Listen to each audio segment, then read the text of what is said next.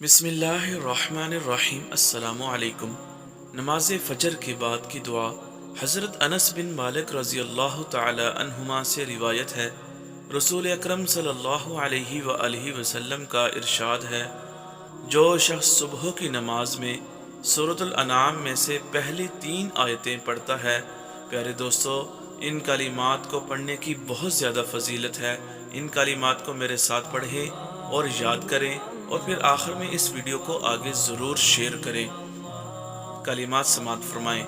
الحمد للہ الذی خلق السماوات والارض وجعل الظلمات والنور ثم الذین کفروا بربهم یعدلون۔ دوسری آیت سماعت فرمائیں۔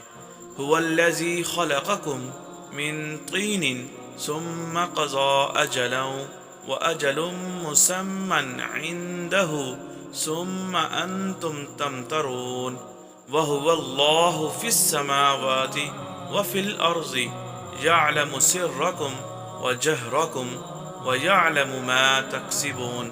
حضور صلی اللہ علیہ وآلہ وسلم نے فرمایا، جو شخص سورۃ الانعام کی پہلی 3 آیتیں پڑھتا ہے تو اس کی طرف اللہ تعالیٰ 40,000 فرشتے نازل فرمائیں گے، جن کے اعمال کی مثل اس کے لیے اجر و ثواب لکھا جائے گا، اور اس کی طرف ایک فرشتہ بھیجا جائے گا 7ویں آسمان کے اوپر سے، اور اس کے پاس لوہے کا ایک ہتھوڑا ہوتا ہے۔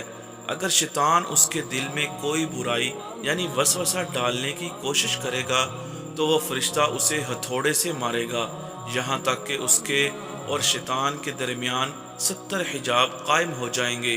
جب قیامت کا دن ہوگا، اللہ تعالیٰ فرمائیں گے، میں تیرا رب ہوں اور تو میرا بندہ ہے، میرے سائے میں چلا جا اور جام کوثر پی لے، سلسبیل میں سے نہا لے، اور بغیر حساب اور عذاب کے جنت میں داخل ہو جا۔